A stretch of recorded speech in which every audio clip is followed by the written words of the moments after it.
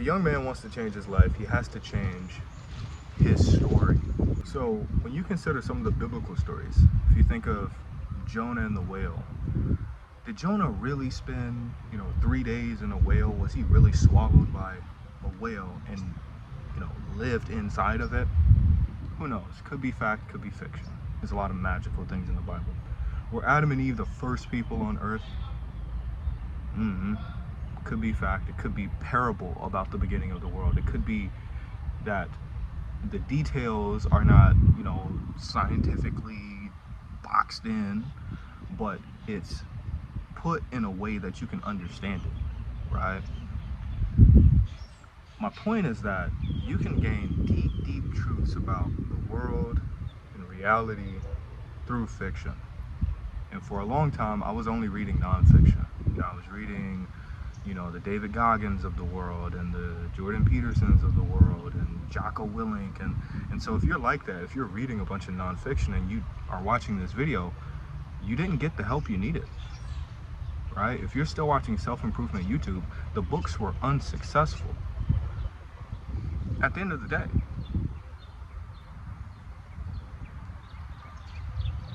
like if there was a self-improvement book that did what it advertised, that would be the last self-improvement piece of content you would ever need. At least in my personal opinion. Because that to me is how self-improvement works. You should be able to read, pick up a mentality, try it out in the world, see it works, and be good. But that's not life. It's too complex, too nuanced, right? And so I had a friend I was telling this very same thing to, is that, bro, reading fiction is so immensely gratifying. And not just gratifying in like a fuzzy, warm feeling. That's not what I'm talking about. What I'm saying is that you're not the first person with your problems, right? It may be unique because you're the one with your problems, but it's not unique in the sense that people have had those same problems and they've tried different things and there's been patterns. Some of the things they tried didn't really work, and there's a few things that worked, might or might not work for you. The point is, the better you find the pattern of how those characters behaved in those situations, the more they translate to you. At least they have from me, which is why I'm making this video. So here's a few recommendations of my favorite fictional stories that I feel like I've gotten the most out of, in the same way you would expect to get a lot out of the nonfiction reads. So the first one is Narnia, the Chronicles of Narnia.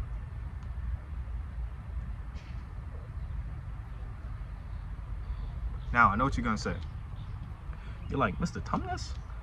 You're like, you remember the movies, and the movies don't do the book justice. They don't. They miss the point. They miss the weight of some of the things that happen in the story. They get it in far as they happen on screen, but they miss the entendres and the real significance behind why they happen, especially when they happen. So that's a big deal. Let's see what I want to start with. Start with this guy, Siddhartha, right, by Herman Hesse. Okay, so there's a main character who his initial problem is that he's unsatisfied. He has everything, but he's unsatisfied.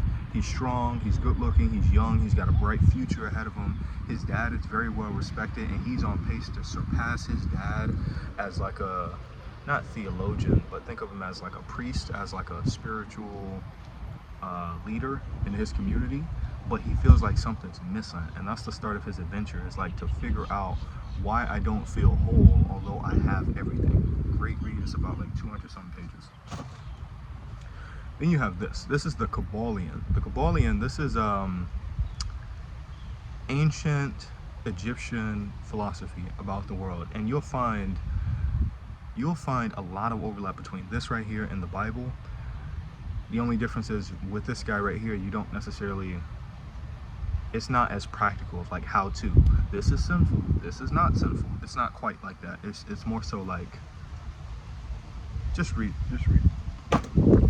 It'll get you, let me say this about this book. It'll get you to see ordinary things in magical ways.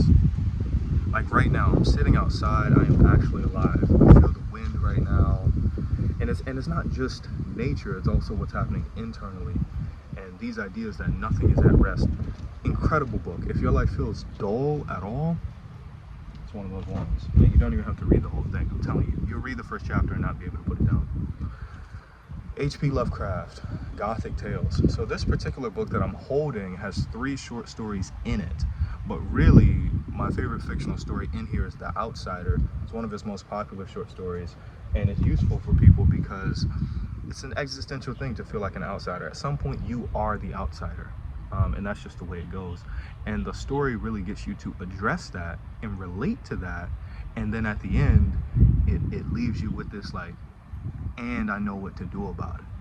You know, I know that being an outsider is so natural and such a normal human experience that I just gotta own it. That's really it. And so The Outsider is the name of the story, really reinforces that idea.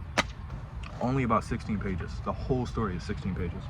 And then this guy, bang, a classic. If you're watching this video, chances are you've been recommended this book time and time and time and time and time and time again. And the reason you are recommended this book is because it is that good. It's a story. It's one of those books where like I could just start on any page and then just start reading and finish it. And I'll be like, oh yeah, I love this part. And like, it's just great.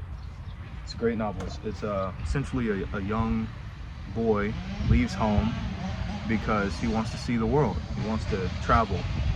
But what he finds is that he has a dream, and he goes to a gypsy to translate his dream to him.